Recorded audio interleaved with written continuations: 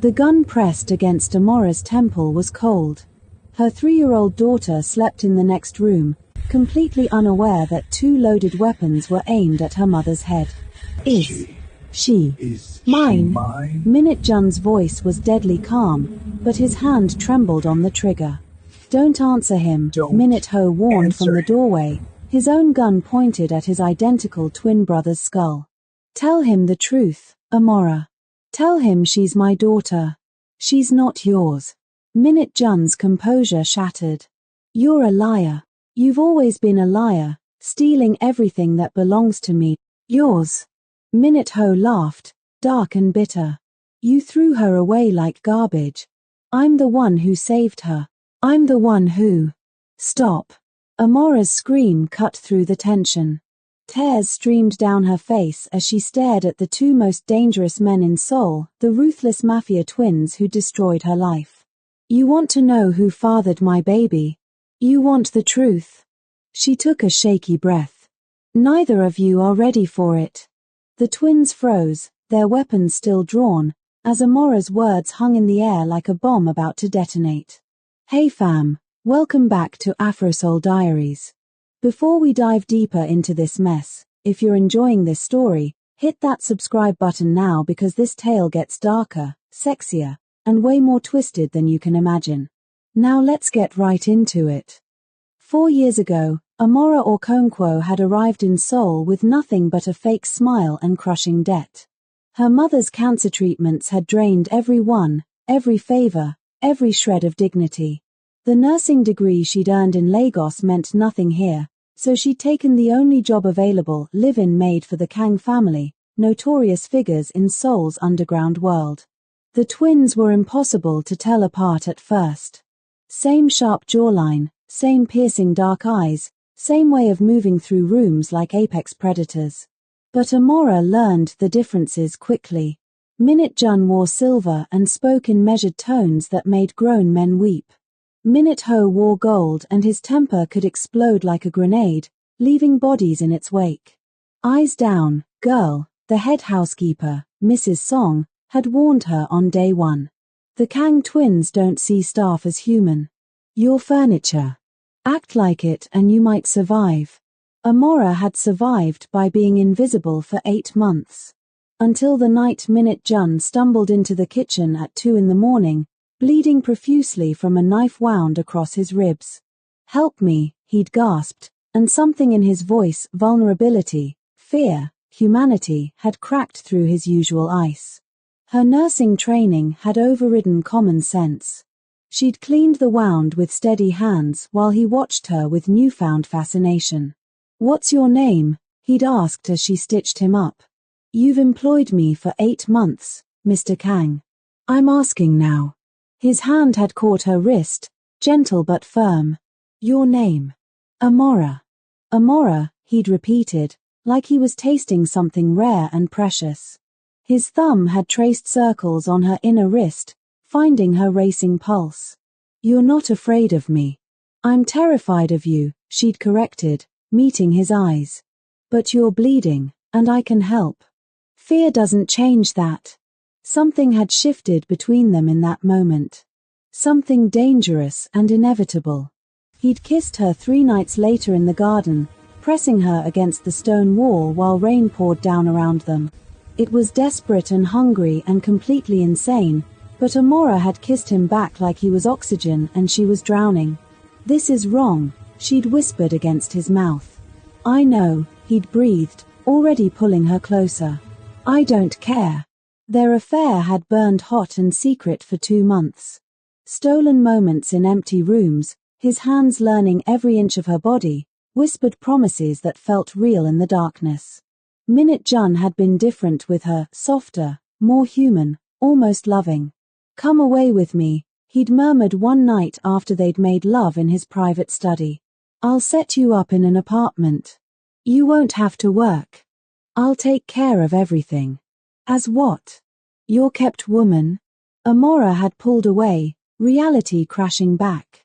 What happens when you get bored, Minute Jun? When the new toy isn't shiny anymore? His jaw had tightened. It's not like that. Then what is it like? Because you haven't exactly introduced me to your family as your girlfriend. My world doesn't work that way. You know that. What I know is that I'm good enough to fuck in secret but not good enough to acknowledge in daylight, she'd snapped, gathering her clothes. That fight had gone unresolved because the next morning, Amora had discovered something that changed everything. Minute Jun had a fiancée. Elena Volkov, daughter of a Russian syndicate leader, beautiful and sophisticated and everything Amora could never be. The engagement announcement had been in every news outlet, the wedding scheduled for 6 months away. When Amora had confronted him, Minute Jun's expression had shuttered closed. It's business, Amora. A necessary alliance. Does she know about me? His silence had been answer enough. We're done, Amora had whispered, her heart shattering into a million pieces. But Minute Jun hadn't let her go easily. He'd cornered her in hallways, sent gifts, showed up at her bedroom door with apologies that almost sounded genuine. And in her pain and confusion, Amora had made a catastrophic mistake. She'd let Minute Ho comfort her. The other twin had found her crying in the garden one night, 3 months into her secret affair with his brother. Minute Ho had sat beside her in silence for a long time before offering her his whiskey flask. He's an idiot, Minute Ho had said finally. My brother. He thinks he can control everything, including hearts. He can't. You know? Amora had asked, mortified. I know everything that happens in this house. Minnie Tacho's voice had been strange, tight with some emotion she couldn't name. I know he's been sneaking into your room. I know he's engaged to Elena. I know you're breaking apart. Why didn't you say anything? Because it wasn't my place. Because watching you choose him over me was its own special torture. The confession had hung between them like a live wire. I've wanted you since the day you arrived, Amora. Since you smiled at me in the hallway and called me Mr. Kang like I was someone respectable instead of the monster everyone knows I am. Amora had stared at him, shocked. Minute Ho. I'm not asking for anything, he'd cut her off. I just needed you to know. Someone should tell you that you're extraordinary. That you deserve better than being my brother's secret. They'd talked for hours that night. Amora had drunk too much, her emotions raw and bleeding. The memories got hazy after the third drink. Minnie Tacho's arm around her shoulders, his voice low and soothing, the world spinning as he'd helped her stand. She'd woken up the next morning in her own bed, fully clothed, with Minute Ho asleep in the chair beside her like a guardian angel. He'd left without a word when she'd stirred, and they'd never spoken of that night again. Until 3 weeks later when Amora had missed her period. The pregnancy test had come back positive, and Amora's entire world had imploded. She told Mrs. Song first, who'd paled dramatically. You need to leave, the older woman had urged. Tonight. These men will destroy you and that baby. I have to tell Minute Jun. He deserves to know. But before she could, Amora had overheard a conversation that turned her blood to ice. Elena and Minute Jun in his study, arguing about her. After the wedding, the African girl goes, Elena had said coldly. I don't care how. Send her back to Nigeria, pay her off, throw her in the Han River. But she disappears. Amora had waited for Minute Jun to defend her, to prove that everything between them had meant something. Instead, he'd replied, give me time to handle it quietly. I don't need complications. The betrayal had felt like a physical blow. She'd stumbled away, trying not to vomit, only to run straight into Minute Ho. He'd taken one look at her face and pulled her into an empty room. What happened? Through tears, she told him everything, the pregnancy, the conversation, her terror. Minnie Tacho's expression had gone absolutely murderous. Pack your things. Now. I'm getting you out. Why would you help me? Because someone should. Because you deserve to survive this. Because he'd stopped, jaw clenched. Because I can't watch him destroy you. The baby. Is it his? Minute Ho had asked quietly. I think so. That night with you, nothing happened, right? Something painful had flickered across his face. No. I wanted to. God, I wanted to. But you were drunk and crying over him, and I'm many things, Amora, but I'm not that kind of monster.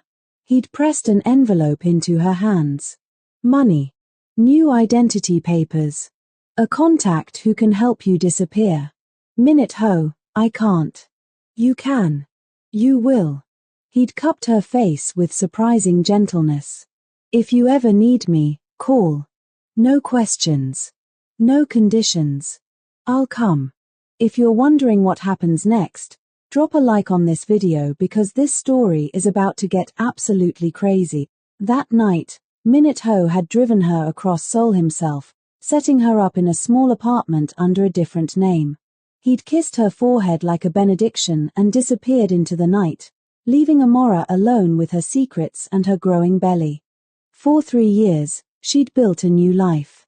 She'd worked at a hospital under her new identity, raised Ji-yoon in peaceful anonymity, and tried desperately to forget the Kang twins. Her daughter had her dark skin and curls, but those eyes, sharp and intelligent and undeniably Kang, were an everyday reminder of everything she'd lost. Then 3 months ago, her carefully constructed peace had shattered. She'd been picking up Ji-yoon from daycare when she'd seen him. Minute Jun, older and harder, standing beside a black Mercedes like a beautiful nightmare. Hello, Amora. She'd grabbed Ji-yoon and run, but his men had surrounded them within seconds. Minute Jun had approached slowly, his eyes fixed on the little girl clutching Amora's hand. 3 years, he'd said softly, dangerously. 3 years I've been searching. Did you really think you could hide from me forever? Leave us alone, Amora had demanded, positioning herself between him and Ji-yoon. But Minute Jun's gaze had dropped to the child, and she'd watched him calculate the age, the timing, the resemblance. His face had gone absolutely white. She's mine, he'd breathed. Dear God, Amora. She's mine, isn't she? No. Don't lie to me. His composure had cracked, revealing something raw and desperate underneath. I can see it. Those eyes. That's my daughter. A second car had pulled up, and Minute Ho had emerged, very much alive despite the rumors Amora had heard about an assassination attempt. He'd looked at Ji-yoon, then at Amora, and his expression had shuttered. Brother, Minute Ho had said coldly. Step away from my family. Your family? Minute Jun had snarled. Did Amora never mention? Minute Ho had smiled, deadly calm. That night she was so devastated over you. We did more than talk. And I've been supporting her and my daughter for 3 years. Amora's blood had run cold. It was a complete lie. Minute Ho hadn't given her money since that first night, and they certainly hadn't slept together. But why was he claiming Ji-yoon as his?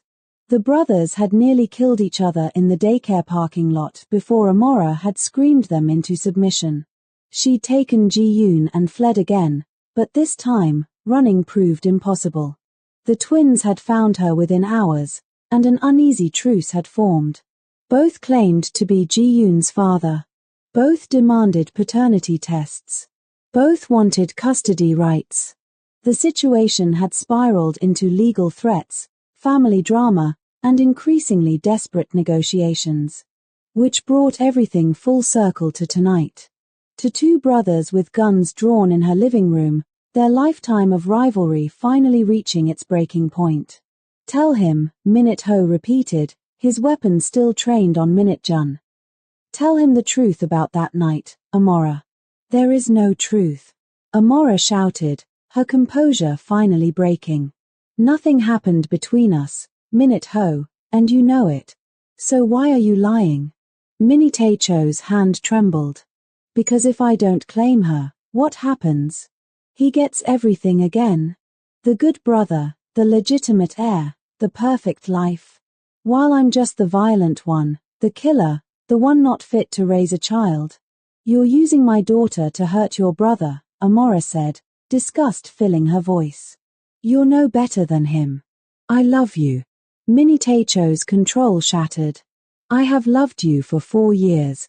I helped you escape. I've stayed away when every instinct screamed to find you. I've respected your choice even though it killed me. And yes, maybe I'm using this situation, but at least I never made you feel like trash. You think you're noble?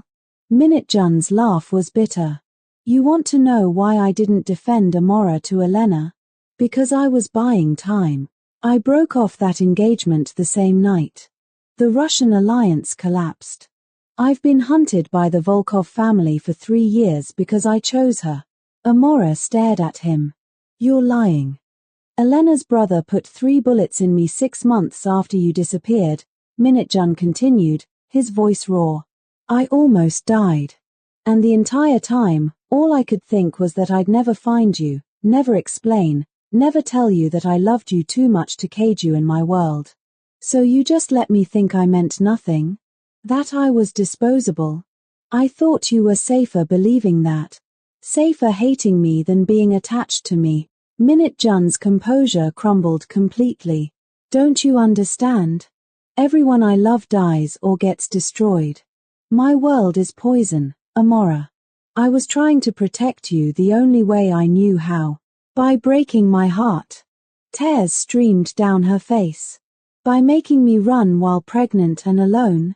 That was protection. I didn't know about the baby. Minute-Jun's anguish filled the room. If I had known, I would have burned down the entire city to find you. I would have claimed you and her publicly, consequences be damned. Touching speech, Minute-Ho interrupted. Should I tell her about the contract, brother? The real reason you hired her in the first place? Minute-Jun's face went ashen. Don't. What contract? Amora demanded, a new horror dawning. Minitacho's smile was cruel. You weren't randomly hired, Amora. My brother specifically requested a foreign worker. Someone vulnerable, someone with no family ties in Korea. Because there was a rival, a man who collected African women like trophies. Minute-Jun was going to use you as bait to trap him. The room spun. Amora looked at Minute-Jun, silently begging him to deny it. It's true, Minute-Jun whispered. At first. But I called it off before anything happened. Before I even really knew you, I called it off because I couldn't. You bought me, Amora said numbly. I was merchandise. No. You were supposed to be, but then you weren't. Then you were everything, and I didn't know how to fix what I'd started. Minute-Jun reached for her, and she flinched back. Amora, please. Get out, she said quietly. Both of you. Get out of my home. We need to settle the paternity, Minute-Ho started. I don't care. Amora's voice rose to a scream. You want to know who her father is? Fine. We'll do the test. But neither of you will get custody because you're both toxic. You're both liars. You're both so damaged that you can't see how you destroy everything you touch. Amora, both brothers began simultaneously. I'm taking Ji-yoon and leaving Korea, she continued, her decision crystallizing. I have a job offer in Canada. We're gone in 2 weeks. You can have your test results mailed there. But I'm done being your pawn in whatever sick game you're playing. Minute-Jun's devastation was palpable. You can't take her away from me. I just found her. I just found you. You lost us 3 years ago when you chose pride over honesty, Amora shot back.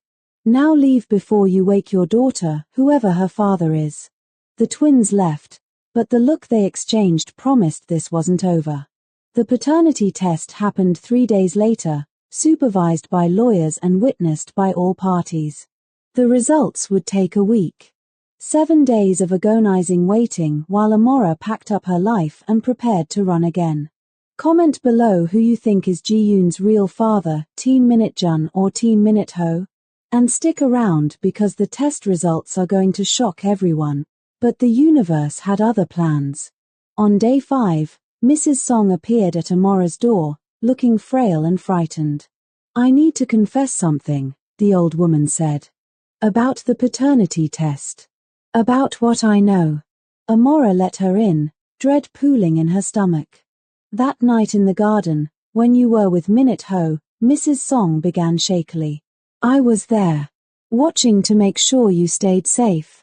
I saw him help you to your room. I saw him stay all night in that chair, never touching you.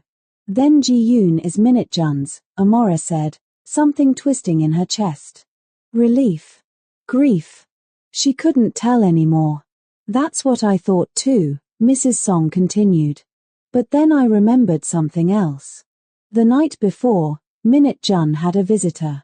A woman. She stayed in his room until dawn. Amora's stomach dropped. While we were together, you'd fought about the engagement. He was angry and drunk and stupid. I don't know if anything happened, but Mrs. Song pulled out an envelope. I ran my own test. I took hair from Ji-yoon's brush and samples from both twins. With shaking hands, Amora opened the envelope. She read the results once, twice, 3 times, unable to process what she was seeing. This doesn't make sense, she whispered. The results showed a genetic match to the Kang family, but not to either twin specifically. The probability of paternity for both Minute Jun and Minute Ho was listed as inconclusive with a note. Sample suggests subject shares DNA with tested individuals but not as parent. Possible uncle or cousin relationship. There's a third option, Mrs. Song said quietly. Something I should have told you years ago. The Kang twins have an older brother. Amora's world tilted sideways. What? Kang Dae-hyun. Their father's firstborn from before his marriage. When he showed signs of conscience, of weakness, the old man disowned him. Everyone thinks he's dead. Mrs. Song's voice dropped to a whisper. But I've seen him. Around the estate. Watching. The implications crashed over Amora like a tsunami. No. No, that's not possible. I never. That night with Minute Ho. You said your memories were hazy. You assumed it was the alcohol. Mrs. Song pulled out a photo on her phone. Is this man familiar? Amora looked at the image and felt bile rise in her throat. Same face as the twins. Same sharp features. But older, with a distinctive scar above his left eyebrow. And those eyes. Ji-yoon's eyes. I saw him, Amora breathed. Before I went to the garden that night. In the hallway. I thought it was Minute Jun. I thought the memories clicked into place with horrifying clarity. Oh God. Her phone buzzed. A message from an unknown number. Hello, Amora. We should talk about our daughter. And what I want in exchange for letting you keep her. You have 48 hours. Come alone, or Ji-yoon learns what her mother really is. An address followed. An abandoned warehouse on the outskirts of Seoul. Mrs. Song gripped her hand. Don't go. Tell the twins. Let them handle this. But Amora was already grabbing her jacket. If Dae-hyun wanted me dead, I'd be dead. He wants something else. And I need to look him in the eye and hear the truth. The warehouse was exactly as sinister as expected, dark, empty, echoing with her footsteps. Dae-hyun emerged from the shadows like a ghost, and up close, the resemblance to his brothers was devastating. You came, he said, almost surprised. I half expected my brothers to burst in with an army. They don't know I'm here, Amora replied, forcing her voice steady. What do you want? To explain. He moved closer, and she fought not to flinch. 4 years ago, I started watching the family that threw me away. I saw how my father's empire corrupted everything it touched. And I saw you, this bright, beautiful woman caught in their web. So you drugged and raped me? Amora's voice shook with fury. That was your solution? I didn't, he stopped, jaw clenched. I didn't drug you. My brother did. The world stopped. What? Minute Jun. He was paranoid about you and Minute Ho getting close. He put something in your drink at dinner that night, planning to keep you compliant and in your room. But you went to the garden instead. Daehyun's expression was unreadable. I found you stumbling around, barely conscious. I helped you inside. You kept calling me Jun, and I didn't correct you. You let me think you were him, Amora said, horror and rage mixing into something toxic. You slept with me while I was drugged and thought you were someone else. That's rape. I know. His voice cracked. I know what I am. What I did. I've lived with that every day for 3 years. But Ji-yoon exists, and she's mine, and I can't regret her even though I regret everything else. You don't get to claim her, Amora snarled. You don't get to. The warehouse doors exploded inward. Minute Jun and Minute Ho stormed in with a dozen armed men, murder in their eyes. Step away from her, Minute Jun ordered, his voice deadly calm. Daehyun smiled bitterly. Hello, brothers. Took you long enough. You tracked my phone, Amora realized, looking at the twins. Of course we did, Minute Ho said. Did you really think we'd let you face this monster alone? Monster? Daehyun laughed. That's rich coming from you. How many people have you killed, Minute Ho? How many lives have you ruined, Minute Jun? At least I own what I am. You violated her, Minute Jun's gun came up. You're dead. Wait. Amora stepped between them. Before anyone starts shooting, I need the truth. All of it. Minute Jun, did you drug me that night? The silence was deafening. Answer her. Minute Ho roared at his brother. Minute Jun's face was ashen. I put something in your wine. Just a mild sedative. You were talking about leaving, and I panicked. I just wanted you to sleep, to have time to think of how to fix things. I didn't know. He looked at Daehyun with pure hatred. I didn't know he would take advantage. But you drugged her, Minute Ho said, his weapon swinging toward his twin. You're no better than him. I didn't mean. You never mean to. Minute Cho's control shattered. You never mean to hurt people, but you always do.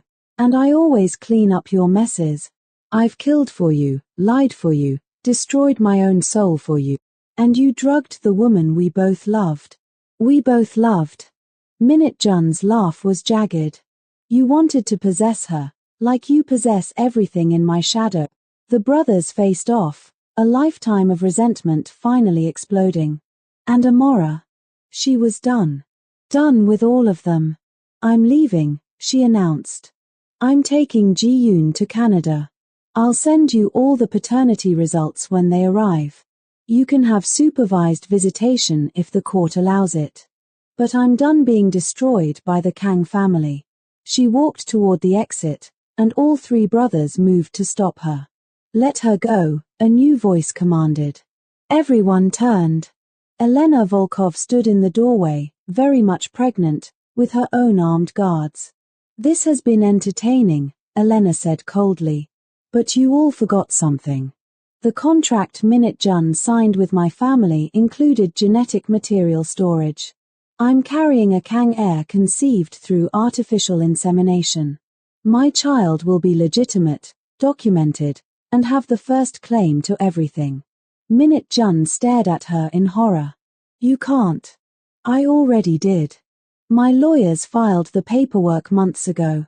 Elena smiled at Amora. So thank you for distracting these fools while I secured my son's future.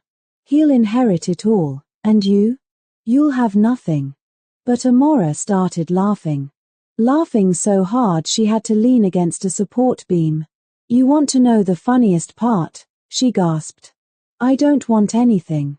Not the money, not the power, not the Kang name. I just want my daughter and peace. So congratulations, Elena. You win a prison you think is a palace. She walked out, and this time, no one stopped her. Make sure you're subscribed because the series finale is dropping next week, and you will not believe how this ends. 2 weeks later, Amora stood in Toronto's airport with Ji-yoon, boarding passes in hand. The paternity results had arrived that morning. Kang Daehyun, 99.9% probability. She'd expected to feel something: anger, grief, violation. Instead, she felt nothing but a strange relief. Ji-yoon was hers. Just hers. The Kang family drama couldn't touch them anymore. "Mommy, are we really going to see snow?" Ji-yoon asked excitedly. "So much snow, baby. Mountains of it. Will the scary men come?" Amora's heart clenched. "No, sweetheart. Never again."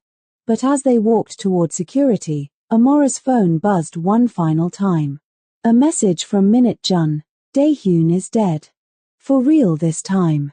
Minute Ho and I made sure of it. The results were fake, he had them altered to stake his claim. The real results show she's mine. I have proof. Please don't get on that plane. Please give me a chance to be her father.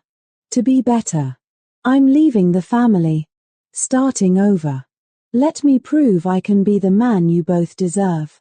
A second message from Minute Ho. "His lying. The tests show she's mine. I have the real results from Mrs. Song.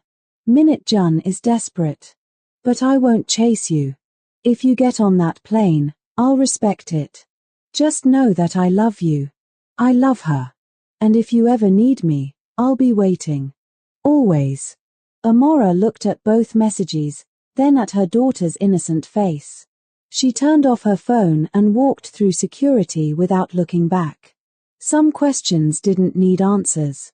Some stories didn't need endings.